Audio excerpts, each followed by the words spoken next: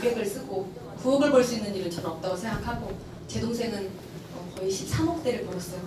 내일 때인데 우리 둘이 합쳐서 20억을 넘게 벌었네요. 동생이랑 저랑 200만 원 한 번 좋은 제품 싸게 쓰고. 여러분, 그런 일이에요. 200으로 사업할 수 있는 일은 없어요. 근데 그 200이 화장품을 샀다는 건 사치예요. 제가 엄청 벌어요. 누가 화장품을 200만 원씩 사냐고. 제가 처음에 그렇게 얘기했던 제가 이게 200만 원으로 비즈니스를 해서 그 이상의 수입을 가져갈 수 있다면 저는 당연히 해야 된다고 생각합니다. 지금 시대에. 그렇게 해서 저희가 지금 부자 자매가 됐어요. 어떻게 보면 3년 8개월의 시간 동안에 이 비전을 오늘 모시고 온 분이 지인분한테 오늘 알려주고 싶어서 모시고 왔다고 생각하시고 들어주시면 될 것 같아요. 이 회사는 시크릿이라는 회사예요.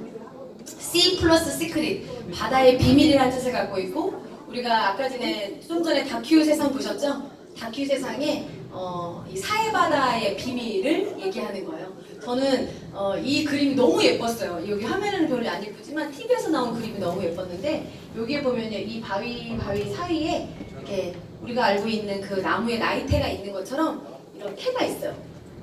근데 그 태가 미네랄이에요. 여러분, 다큐 세상을 꼭 보시면 와, 이 사해바다는 정말 신비한 정말 영역이라는 것을 알 수 있을 거라는 생각이 들어요. 그래서 저희 회사의 이름이 시크릿이라는 회사예요. 이 회사의 CEO분들은 유태인분들입니다. 여러분들이 유태인에 대해서 얼마큼 알고 계시는지는 모르겠지만 저는 조금은 책을 받고 공부를 했던 사람이에요. 저 두 분은 형제분이세요. 전 세계 0.2%밖에 되지 않는 저 유태인들이 전 세계에서 엄청난 영향을 미치고 있고 경제권을 쥐락펴락할 만큼 저는 대단하신 분들이라고 생각해요. 근데 이 유태인들의 이 회사의 기업의 이념이 저는 중요해요.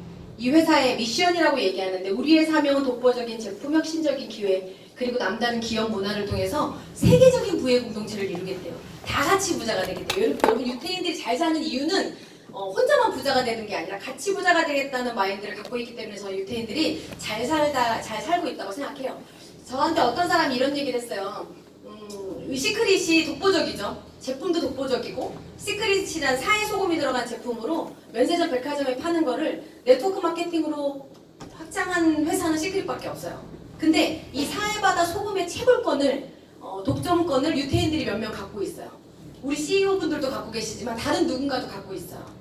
그랬더니 이런 얘기를 해요. 다른 누군가가 갖고 있는데 이 시크릿 제품이 좋아서 사람들이 너무 좋아하는데, 그럼 다른 유태인이 이걸 또 만들어서 이렇게 하면 어떡하냐, 이런 얘기를 저한테 한 사람이 있었어요. 그래서 제가 얘기했어요. 유태인의 민족성을 모르고 얘기하는 거라고. 유태인은 형제고 자매예요, 서로. 여러분, 제가 여기다 커피숍을 차렸는데 제 동생이 바로 우리 집 옆에다 커피숍을 차려. 나쁜 년이죠?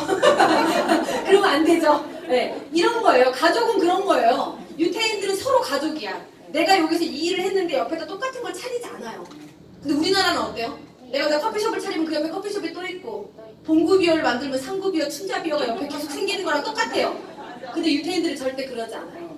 그렇기 때문에 이 시크릿이 저는 성장할 수 있는 기업이고 또한 회사라고 저는 생각을 합니다. 같이 부자가 되겠대요. 이거를 유태인들만 하는 것이 아니라 지금 한국에 와서 한국의 많은 사람들이 같이 지금 부의 공동체를 이루고 있다고 보시면 돼요.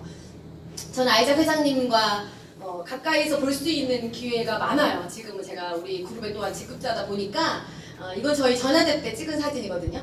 우리 아이작 회장님과 제가. 근데 아이작 회장님을 보면 볼수록 정말 그 눈이 너무너무 선하지만 유태인들의 그 똑똑함도 갖고 계시다고 생각합니다.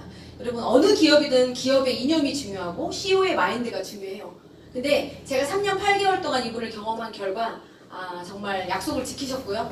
그 다음에 동일한 마음으로 우리가 같이 부자가 되기를 원하시는 그 마음을 제가 느꼈고, 그래서 이분이 얘기하는 거예요. 우리가 시크릿을 할 때에는 사랑이 있어야 되고 존중이 있어야 되고, 더 중요한 건 올바른 방식으로 해야 돼요.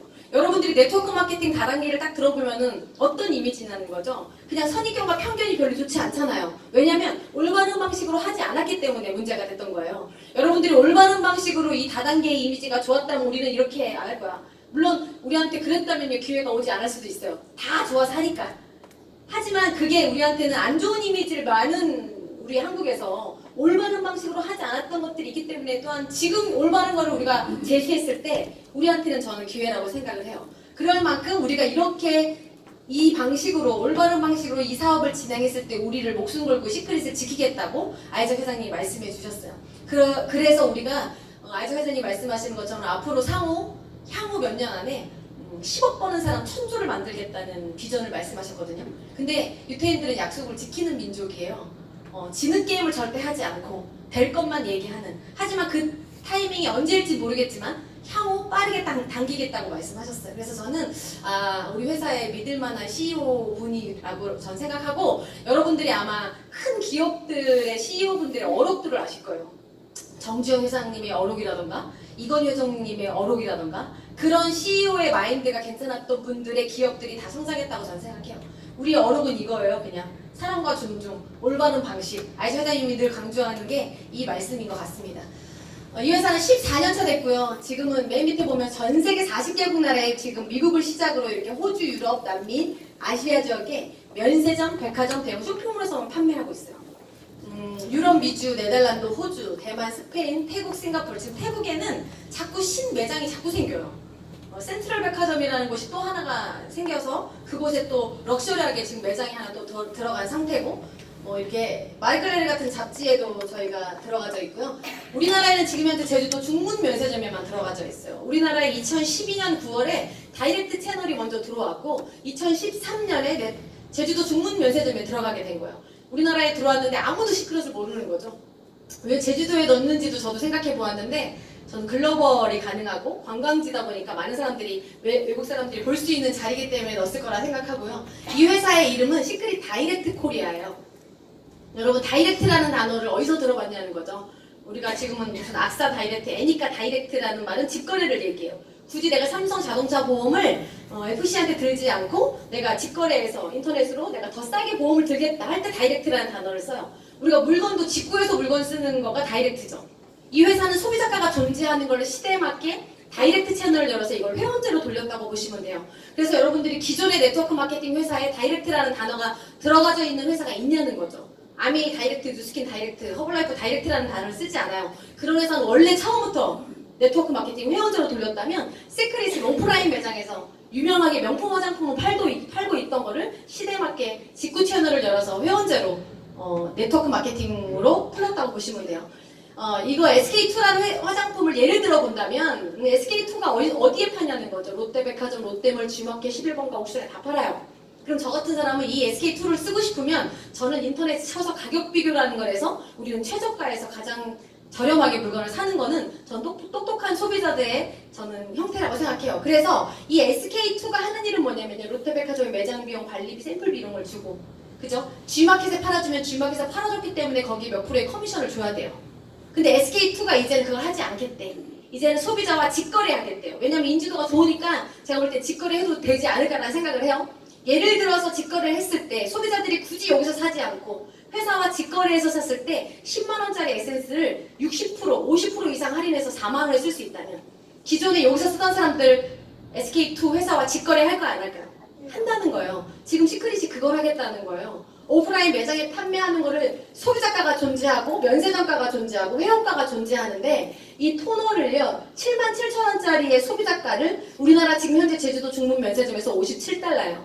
1달러에 1,000원이면 57,000원, 지금 1,170원대까지 환율이 많이 올라갔어요. 그러면 6만원이 넘어가요.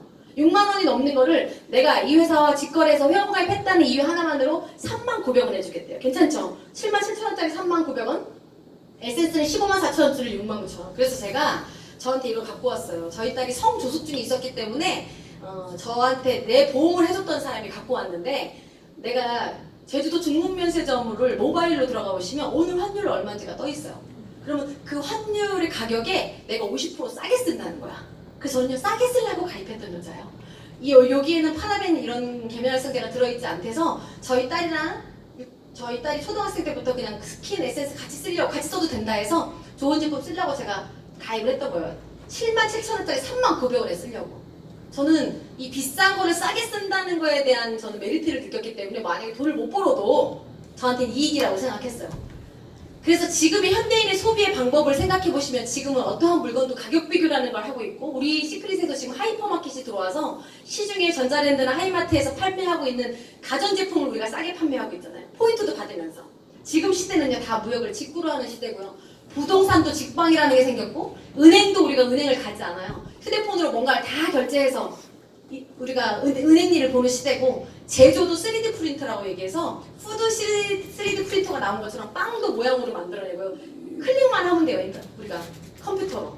자동차도 나오고요. 집도 3D 프린트가죠. 일주일이면 집을 짓습니다. 예전에 우리 나이 남자분들이 노가다를 뛰러 갔네, 벽돌을 지고 매네 이런 거 없어요. 지금은 뭐든지 그냥 기계가 만들어내는 시대라고 보시면 되고, 지금 시대는 그래서 우리는 다이렉트 직거래 시대라고 얘기하면서, 이 엘빈 토플러가 얘기했어요. 미래 경제학자인데 이분은 지금은 소비하면서 돈을 버는 시대, 비싼 거를 싸게 쓰는 시대, 쓴 거에 대한 포인트를 캐시백 받는 시대라고 얘기하면서 프로슈머의 개념을 얘기했어요.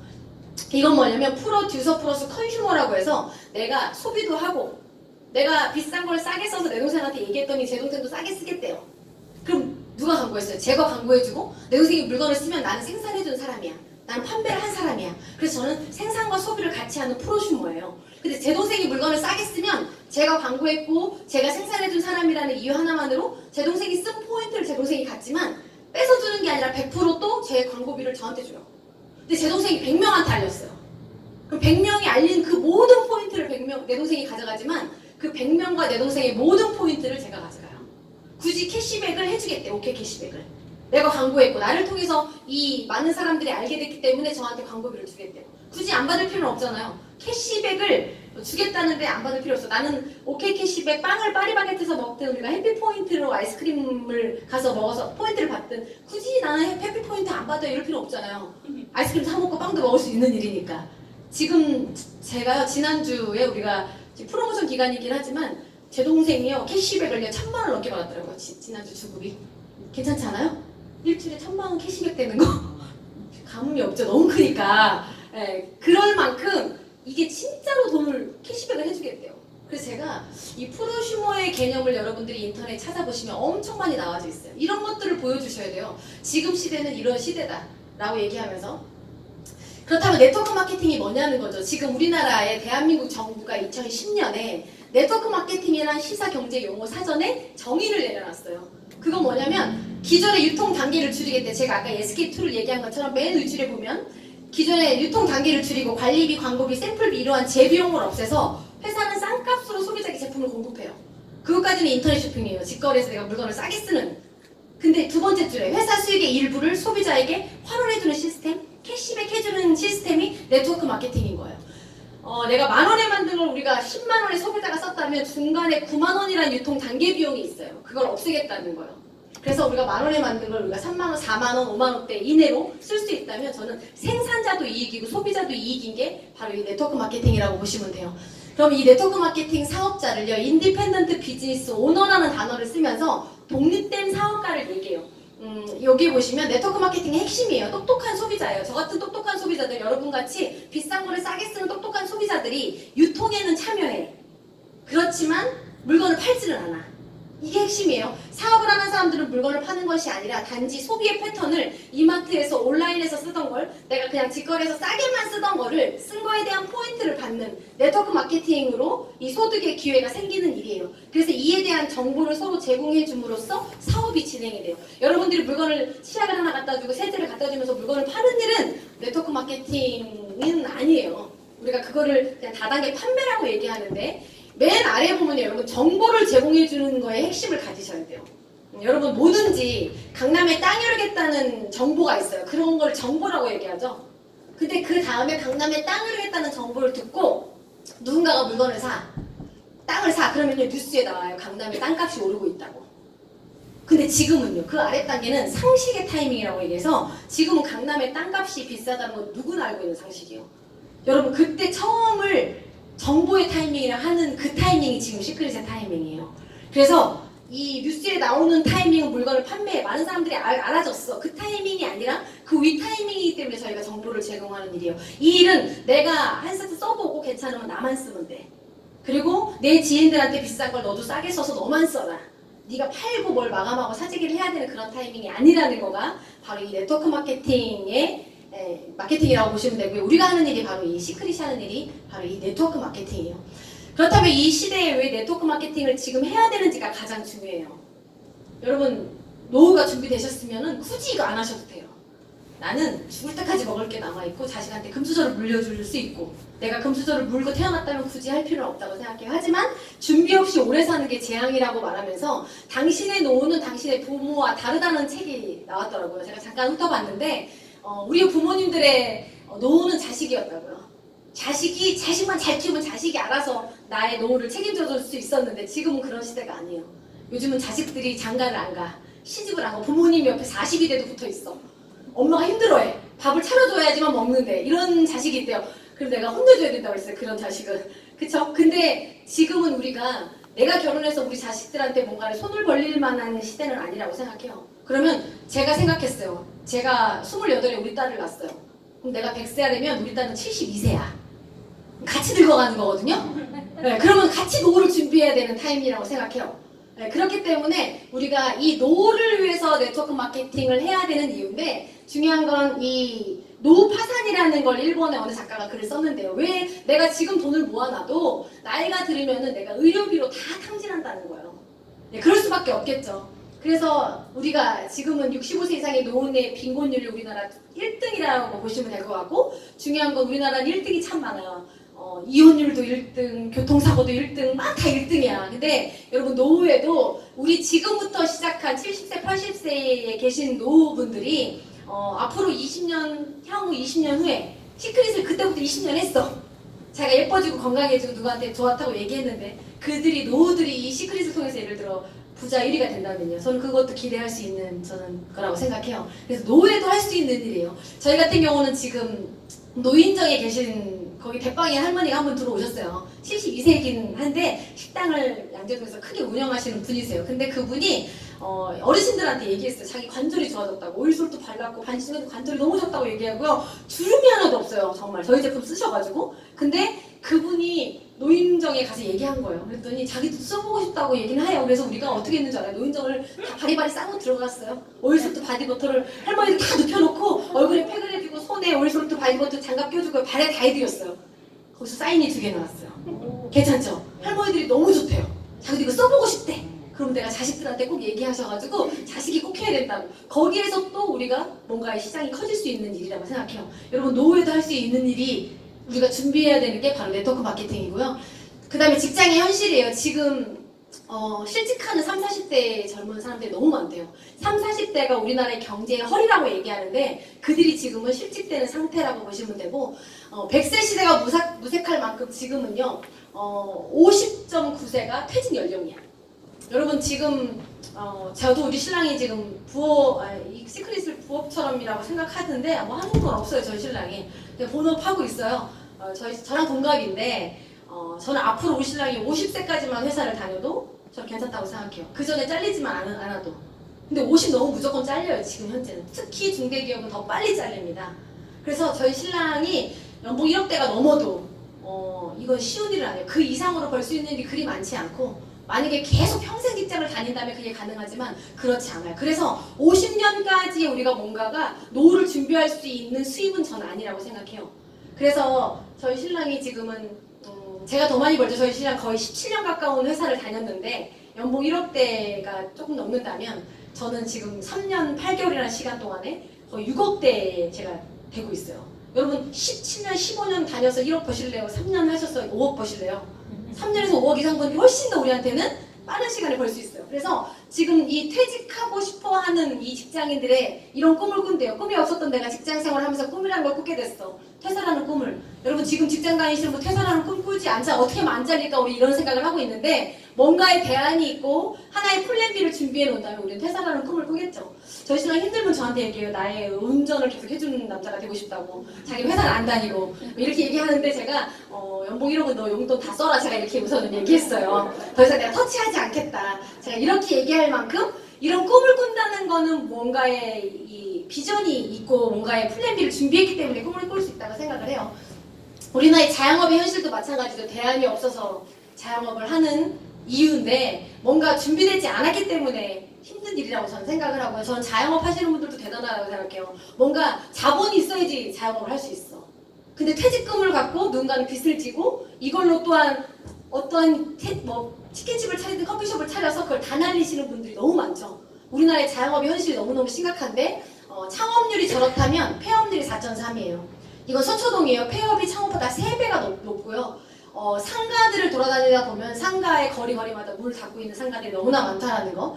폐업률 100만 시대라고 얘기하면서 음식점이요. 10곳이 문을 열 때 9곳이 폐업하고 한 곳만 살아남는 뭐 이런데 이렇게 자영업의 빚이요 130조의 규모에 육박해서 지금 자영업은 미친 짓이라고 얘기하면서 자영업은 끝내는 빚을 지고 우리가 다 탕진하게 되는 상황이 너무나 많아요. 왜냐하면 지금은 누군가가 매장을 가서 뭔가를 하는 시대는 아니라고 생각해. 다 검색해서 뭔가를 하는 시대이기 때문에 저는 우리가 지금 시대에 맞는 일들을 빨리빨리 찾아야 되지 않을까라는 생각을 해봅니다. 우리나라의 청년 실업도 마찬가지죠. 아르바이트로 먹고 사는 30, 40대의 족들이 있어요. 그 사람들을 프리토족이라고 해요. 프리 플러스 아르바이터를 합성하는 건데 지금은 일반 직장을 갖고 있지 않기 때문에 시간별로 우리가 아르바이트를 해서 먹고 사는 이런 30, 40대의 청년들이 너무나 많다고 하죠. 그래서 우리가 3포 시대, 7포 시대라고 하면서 결혼도 포기, 아이도 포기하는 시대가 된다고 저는 생각을 해요.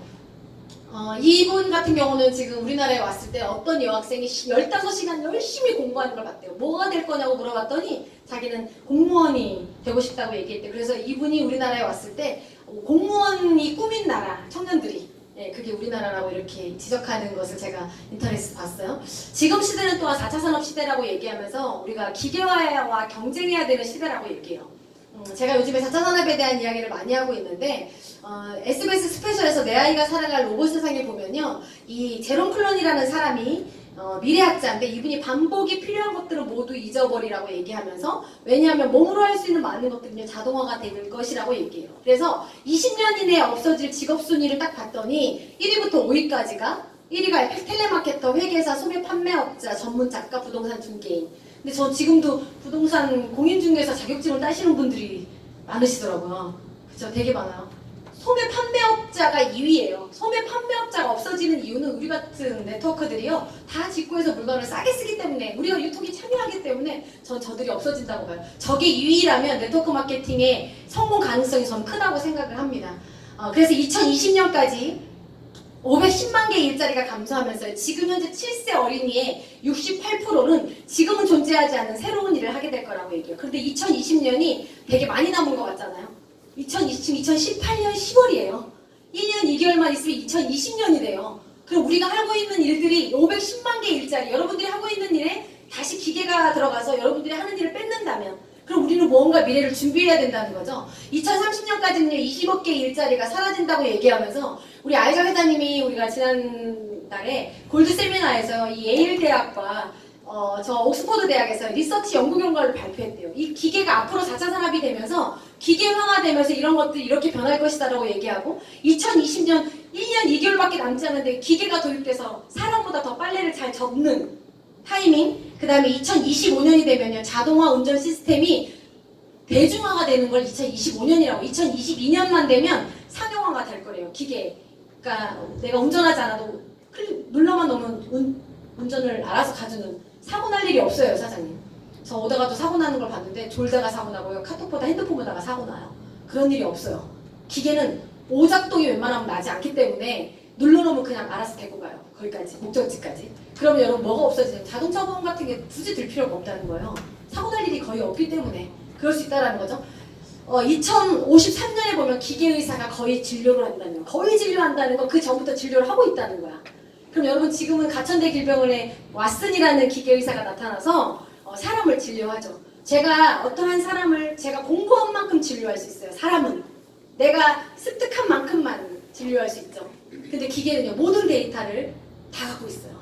이 사람의 동공만 봐도 피부만 봐도 이 사람의 모든 그 혈액만 봐도 뭔가가 다 갖고 있기 때문에 사람보다는 훨씬 더 기계의사가 정확하게 진단을 한다면 여러분 우리는 분명히 기계의사한테 진료를 받을 거라는 거죠. 그래서 4차 산업혁명 시대의 이 클라우드 슈밥이라는 분이 앞으로는 이렇게 변화될 거를 얘기하면서 우리가 미래를 준비하라고 얘기해요. 이 사람이 4차 산업혁명은 우리가 하는 일을 바꾸는 게 아니라 인류 자체가 바뀌어버리는 걸 얘기하면서 준비된 사람은요 승리라는 거는 제가 볼 때는 부자예요. 준비하지 않은 사람은 가난해질 거를 얘기하는 거예요. 여러분 시대가 흐를 만큼 남들보다 한 발짝 앞섰다는 이유 하나만으로요 빈부의 격차가 점점 커지는 거예요. 여러분 가난한 나라일수록 빈부의 격차가 심하죠. 부자는 계속 부자가 되는 시대예요 지금 현재. 근데 평범한 사람이 부자가 될 수 있는 기회를 그 누구냐 가난 아빠 부자 아빠 가난 아빠가 썼던 그 일본 로버트 기요사키가 얘기했죠. 네, 저는 그게 가능해. 우리한테 그래서 기회가 왔다고 생각해요. 네트워크 마케팅은. 그래서 이 경제 포럼에 대해서 이 하노이에서요 9월 11일 날 했었거든요. 이 클라우드 슈밥이 이곳에 가서 베트남에서 여러 나라의 그 경제에 관련된 사람들이 오셔서 미래를 준비하는 시간에 우리 문희 사장님이 우리 베트남 1호 블루다이아몬드 부인이시죠. 조인호 사장님과 저분이 초청을 받아서 갔어요. 그래서 자기가 맨날 제가 이 클라우드 슈밥에 대한 얘기를 많이 하잖아요. 사업 설명 때. 자기가 했던 그분을 자기가 직접 만났다면서 이걸 사진을 찍어서 저희 단톡방에 올렸어요. 그러면서 앞으로 이렇게 빠르게 변화되는 시장에 대해서 시대에 대해서 그가 큰 단톡방에 글을 쓰는 걸 보고 와 시크릿 하기를 너무너무 잘했다 라는 생각을 제가 갖게 됐어요. 이 4차 산업혁명 시대의 벼락부자들이라는 저 책을 통해서 보시면요 어떻게 저런 젊은이들이 빠르게 부자가 됐는지를 볼 수 있어요. 이거 영상이 나오나요? 네 나올까요? 아까 보시면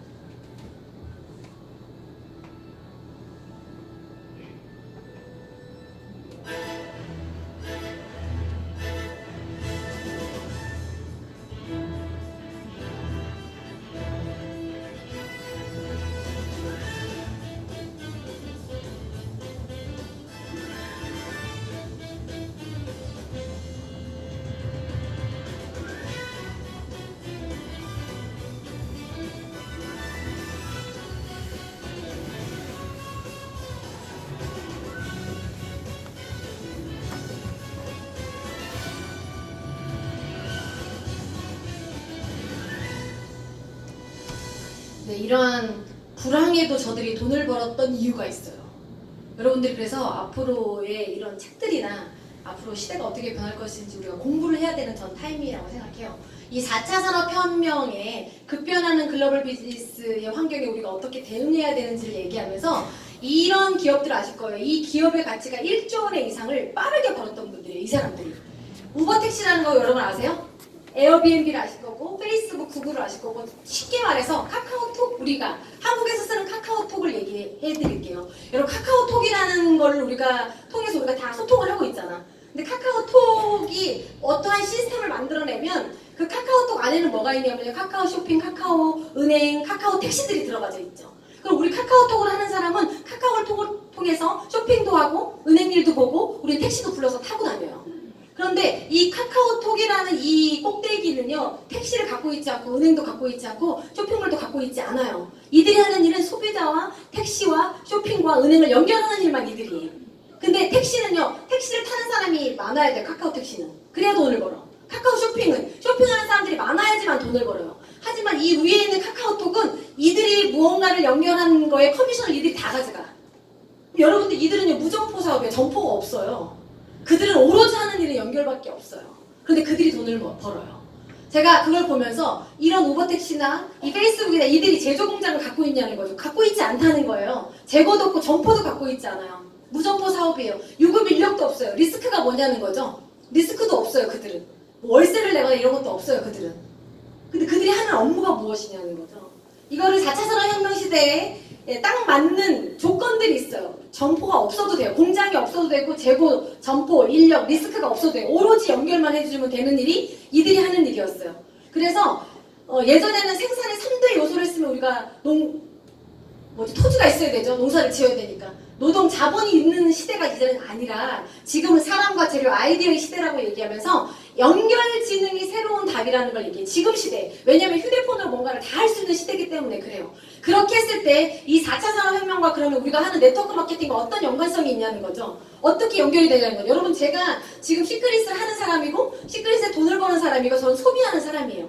근데 저는 저를 기준으로 봤을 때 제가 제조 공장을 갖고 있나요? 갖고 있지 않아요. 회사가 모든 제품을 다 만들어내요. 그 다음에 제가 재고를 갖고 있나요? 저는 한 달에 15만 원 정도만 쓰면 돼요. 내가 떨어진 것만 쓰면 돼. 그 다음에 점포를 갖고 있나요? 제가 점포 없어요. 저는 휴대폰으로 다 들어가서 뭔가 사이트에서 물건을 사는 사람이고요. 유급 인력이 없어요. 저의 파트너는 각자의 비즈니스를 위해서 움직이지 저를 위해서 돈을 벌어주는 일은 아니에요. 제가 파산하면 리스크가 없어요. 저는. 제가 리스크는 뭐냐면 이 제품 써서 건강해지고 예뻐지는 게 끝이에요. 돈 못 벌면. 제품이 너무 좋기 때문에 내가 할 일은 뭐냐는 거죠. 제가 할 일은 오로지 회사와 사람을 연결해 주는 일만 해요. 우리 좋은 제품을 쓰라고 소비자를 연결해 주는 일만 제가 하고 있어요. 그래서 사람과 사람을 연결하는 이 일이 우리가 하는 일인데, 사람과 이 제품을 연결하는 일, 사람과 회사를 연결하는 일만 우리가 하면 돼요. 그럼 그들이 쓴 소비의 모든 것을 저한테 다 주겠대. 여러분, 저는 이 사업을 통해서 12명, 지난주에 한 명이 또 가입됐어요. 자꾸 연락이 와요, 저한테. 그래서 내가 나 이런 거 한다. 그랬더니 하고 싶으면 하고 하기 싫으면 하지 말랬어요, 제가. 그 사람 별로 돈이 많은 사람이 아니어서. 근데 돈이 없으면 해라, 내가 이랬어요. 돈 벌고 싶으면 하라고 했어요. 제가 그분까지 13명 가입시켰어요. 제가 이 사업을 3년 8개월 동안 나를 믿고 한 세트를 사준 사람이 13명이야. 그들로 인해서 저는 지금 6,000명이 넘는 파트너들이 생긴 거예요. 어디서 6,000명을 제가 다 데리고 왔다면 난 능력자죠. 저는 근데 제 지인들과 내 소중한 사람들, 강남에 땅이 오르겠다는 정보를 주고 싶은 사람들만 그 12명, 그 11명은 13번째 사람은 돈이 없어서 제가 굳이 얘기 안 했던 사람. 근데 그들로 인해서 제가 이렇게 성장했다는 건 제 능력이 아니라 이 회사의 시스템의 능력이고 팀의 능력이고 마케팅의 능력이에요. 여러분들이 이렇게 해서 돈을 벌 수 있는 일이라면 저는 해야 된다고 생각을 해요. 그래서 네트워크 마케팅은 최소한 공정한 기회를 제공하는데 다 없어도 돼. 저런 게 없어도 돼. 자본도 필요 없어. 나만 써보고 좋으면 알리면 돼요. 우리가 해야 하는 일은 오로지 열정과 시간과 노력만 하면 돼요. 여러분, 내 쇼핑몰에 많은 사람들이 들어와서 물건을 싸게 쓰게끔 여러분들이 광고만 하시면 되는 일이에요. 여러분들이 뭐 제조를 공장을 가서 뭘 만들어낸다던가 뭔가에 내가 뭐 직원들을 뽑아야 된다가 이런 게 있지는 않아요. 그렇기 때문에 우리가 이런 네트워크 마케팅이 플랜 B가 가능하다고 저는 생각하고요. 그렇다면 이 5가지가 맞으면 무조건 하래요. 네트워크 마케팅을 선택할 때. 중요한 건 불법이면 절대 안 됩니다. 예전에 여러분들이 불법 다단계가 있었기 때문에 우리가 문제가 됐었어요. 공정거래위원회에 직접 판매 공제조합에 가입이 되어 있는지를 여러분들이 확인하시고, 검증된 생필품이어야 돼. 남녀노소가 제품이 우수해서 떨어지면 또 쓰고 떨어지면 또 쓰는 게 기본적으로 들어온 다음에 그 다음에 정수기가 들어오고 그 다음에 공기청정기가 들어오고 뭔가 큰 것들이 들어와도 되는 일이에요. 세 번째는 한국 진출 초기냐, 꼭대기에 선점의 기회가 있냐. 이거는 남들 안 할 때야 돈을 버는 거예요. 여러분, 남들이 다 할 때는 절대 우리한테 기회가 안 와. 남들이 모를 때, 남들이 안 할 때야 돈을 버는 거죠. 그게 선점의 기회라고 저는 생각해요. 그 다음에 글로벌 비즈니스가 가능하냐? 내 쇼핑몰에 우리나라 사람들만 들어와서 물건을 쓸 수 있냐? 다른 나라 사람들도 들어와서 물건을 쓸 수 있다면? 저는 현재 미국, 멕시코, 한국, 캐나다, 호주, 일본, 독일이 들어와져 있고, 그 다음에 베트남 사람들이 들어와져 있어요. 베트남에 있는 한인 사람, 아직 오픈 안 됐지만 중국에 있는 한인 사람, 한국에 있는 중국 사람들이 들어와줬어요. 외국에 등록증 있는 사람들.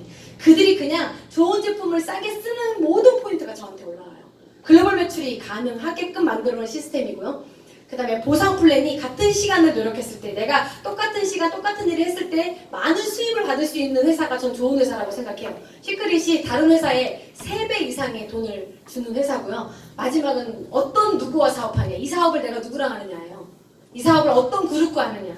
여러분, 네트워크 마케팅은 라인이 중요하다는 얘기도 저도 와서 들었는데 정말 완벽한 라인이라고 여러분 보시면 될 것 같아요. 합법적인 기업이고요. 독보적인 원료를 사용하였고 모방할 수 없는 원료이기 때문에 저는 강한 무기라고 생각합니다. 이 사해 바다의 미네랄은요, 보통 바다보다 4배에서 200배 가량이 높고요. 우리가 말하는 짜게 먹지 말라는 건 염화나트륨 때문이에요. 염화나트륨 다른 바다보다, 다른 소금보다 3.6배가 적어요. 그렇기 때문에 여러분, 저희 지금 종갓집 김치에서 사해 소금이 들어간 김치가 나오죠. 다른 김치보다는 염화나트륨이 적기 때문에, 또한 미네랄이 높기 때문에 저희 김치를 먹으면 더 미네랄을 공급할 수 있고 더 건강하게 안전하게 먹을 수 있다고 보시면 돼요. 좀 전에 보셨듯이 다큐 세상에서 KBS 1에서 저희 사회에 대한 이야기가 나오면서 저희 제품이 다 완벽하게 공개가 됐어요. 이거 너무 이거는 정말 짜고 치는 고스톱 같다라는 생각도 들 만큼 우리는 돈을 1원 한 장 주지 않았는데 KBS에서 우리를 취재해서 이러한 좋은 제품을 쓰고 아토피, 피부병, 백방증이 좋아졌다는 거, 그 다음에 여기 보시면 4주간의 이 사해바다에 지내면요 48% 건선 환자가 완치가 돼요. 41%의 뚜렷한 호전을 보였다면 89%가 다 좋아졌다고 보시면 돼요. 저기에서 이렇게 떨어지는 저 오일 소금이 오일 소트인 거 아시죠? 네, 그냥 우리가 늘 쓰는 게 TV에 나오니까 되게 반갑잖아요. 우리가 이 다큐 세상을 볼 때가 지지난주 우리가 1박 세미나일 때였어요. 근데 저희가 각 방에서 11시 45분에 TV를 켜고 각 방에서 이걸 봤어요. 근데 아이석 회장님이 딱 나오는 순간 막 다들 방에서 환호성이 막 나오죠. 무슨 꼴을 넣은 줄 알았어요, 다. 그럴 만큼 막 소리를 지르면서 저희가 봤던 우리 아이석 회장님이 이 시크릿이 사해소금을 왜 선택했는지부터, 그 다음에 이 보아즈나 이분들이 우리 제품을 만들어서 지금 판매되고 있는 거에 대한 제조 과정에 대해서 얘기해 주셨고요. 그 다음에 이분이 나왔죠. 잘 건선인데 핸드크림부터 저희 푸크림까지 저희 이 제품을 쓰고 있다고 하는데 이 화면이 나오는 순간 그냥 우리가 집에서 늘 쓰던 제품들이 다 TV에 보였기 때문에 KBS에서 저는 이렇게 TV에 너무나 보이면은 많은 노출이 되는 거예요, 여러분. 이게 우리한테는 또한 기회가 적을 수 있다라고 여러분 보셔야 돼요. 이렇게 빨리빨리 TV에서 나온다는 건 많은 사람들이 알게 된다는 거야. 그러면 상식화된다는 거예요. 여러분 상식화된다는 건 정보의 타이밍에서 상식화된다는 건 우리한테 기회가 적다는 거야. 남들이 다 좋다는 걸 알 때는 우리한테 기회가 없어요. 그래서 여러분들이 지금 이번 연도 내년까지의 기회라고 저는 생각해요. 그래서 여러분들이 이거 못 봤던 사람들한테 빨리빨리 알려서 내가 이거 하니까 나랑 같이 하자. 나랑 같이 이 좋은 제품을 쓰자라고 여러분들이 광고를 빨리빨리 하셔야 된다고 생각해요. 여기 소금 보셨죠? 우리 이게 갈아먹는 소금도 너무 웃겨요. 질문 자체가 되게 웃겨요. 되게 시크릿을 위한 질문이었어. 지금 조금 전에 무엇을 뿌렸습니까? 이렇게 물어보는 거 너무 웃기잖아요. 사회소금 막 이렇게 하면서 그랬더니 자기 사회소금을 뿌렸다고 하면서 저희 소금에 이렇게 갈아먹는 소금들이 나오면서 너무나 즐거웠던 방송이었어요. 여러분 이 방송만 해도 시크릿의 성장을 여러분들이 눈으로 볼 수 있다고 생각합니다. 그 다음에 MBC에서도 나왔죠. 그 다음에 생로병사의 비밀에서 나왔고 그냥 저희 제품을 쓰면 쓸수록 건강해지고 류마티스 관절염 이런 또한 피부 질환에 대한 모든 것이 좋아진다면 저는 안 쓸 이유가 없어요. 그래서 저희 제품에는 미네랄이 풍부하게 들어있기 때문에 미네랄이 부족하면 생기는 이러한 현상들 이게 없는 사람은 한 명도 없어요. 우리 현대인들은 미네랄의 결핍이죠. 미네랄이 부족해서 생기는 성인병들이 너무나 많은데 여러분들이 저희 샴푸린스 비누 화장품 또한 먹는 소금까지 쓰면 쓸수록 미네랄이 풍부해져서 건강할 수 있다면 저는 괜찮다고 생각해요. 미네랄이 독소를 뺀다는 것도 몸신에서 나왔고 Y존의 독소를 빼야 되는 거 우리가 반신욕해서 할 수 있는 이런 것들이 TV에서 많이 나왔어요.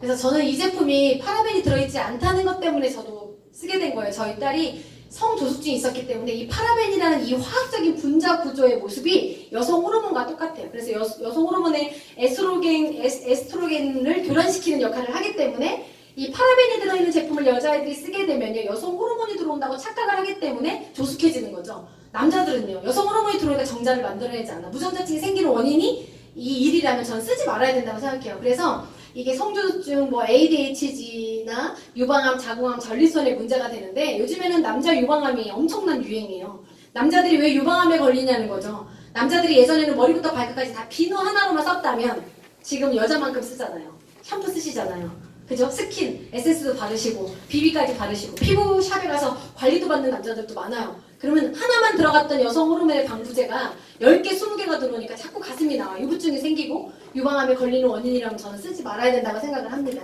그래서 이 사무엘 S. 앱스틴이라는 분은요 40년 동안 발암물질을 연구한 사람이에요.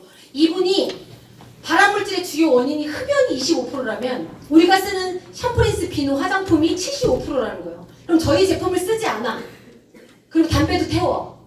그럼 100%의 사망률이에요. 여러분. 네. 퍼센테이지 따졌을 때. 그쵸? 근데 우리 제품을 쓴다. 담배만 태우신다. 그럼 25%? 둘 다 안 하면 정말 건강해지시겠죠? 근데 저희 제품이 발암물질을 예방할 수 있는, 암을 예방할 수 있는 거라고 보시면 될 것 같고요. 그래서 저희 제품은요. 이렇게 아이부터 어른까지 쓰면 쓸수록 건강해지는, 바르면 바를수록 건강해지는 제품이라고 생각하시면 돼요. 저희 신제품들이 많이 나왔죠. 이것도 나와요. 좀 있으면. 네, 올해 안에 무조건 나온다고 하셨고요. 지금 애경과 대상과 이런 많은 대기업들이 지금 줄을 서 있어요. 저희 신제품들이 지금 색조가 나왔죠. 이거 오일 세럼 써보셨어요? 너무 좋죠? 그냥 광이 나요. 물광이 되는 이유 중에 하나가 정말 이거예요. 저는 여기에 골드라인까지 쓰고 있기 때문에 제가 진짜 피부가 좋아졌다는 얘기 많이 듣거든요. 진짜 여자는 정말 가꾸셔야 되고요. 투자하셔야 돼요. 근데 저희 제품은 저희 딸이 자꾸 오일 세럼을 써요. 그러니까 아까워 죽겠는데 제가 숨겨놓고 써요. 숨겨놓고 이제 중학교 3학년이 됐거든요. 6학년 때부터 저희 제품을 꾸준히 썼는데 네, 너무 예쁘죠. 네, 어쨌든 이렇게 저희가 욕실 세제 써보셨어요, 여러분? 제가 무슨 제품 광고하는 사람 같네. 우리 판매는 아니지만 여러분 욕실 세제가요. 화장실 청소를 안 했던 저에게도 화장실 청소를 하고 싶게끔 만들어요. 정말 그렇고 여러분 저희가 액상 커피, 에스프레소 따뜻한 우유에 그냥 넣기만 하면요. 그냥 라떼가 돼요. 액상으로 돼서 너무 좋죠. 두유도 너무 맛있고 네, 달지도 않고 네, 이렇게 저희 바이오틱스 해가지고 유산균 너무 괜찮지 않아요? 네, 저는 정말 너무 많이 하나 먹으면 한 개 더 먹고 싶잖아요. 애기들 분유 먹는 거랑 똑같지 않아요? 약간 그런 맛이어서 제가 2개를 먹었더니 화장실을 2번 간다는 네, 이렇게 지금 되고 있고요. 저는 이거를 저희 우리 마케팅 팀장님께서 이걸 잠깐 보여주셨을 때 제가 찍어놨던 거예요. 여러분 시크릿의 유산균 수가 다른 타 네트워크와 다른 타 회사에 훨씬 뛰어납니다. 여러분 100억 개라는 거는요 250개를 넘는데 장까지 살아갈 수 있는 최저의 수가 100억 개라는 거예요. 그렇기 때문에 저희가 다른 타사에 비해서 가격 대비, 효능 대비 너무너무 괜찮다는 거. 그럼 여러분 기존에 저 만약에 50억개짜리를 먹었던가 30억개짜리를 먹었던 사람들이요 가격 대비 우리 게 훨씬 더 좋다면 당연히 갈아타겠죠. 그래서 후발주자로 나오는 모든 제품들은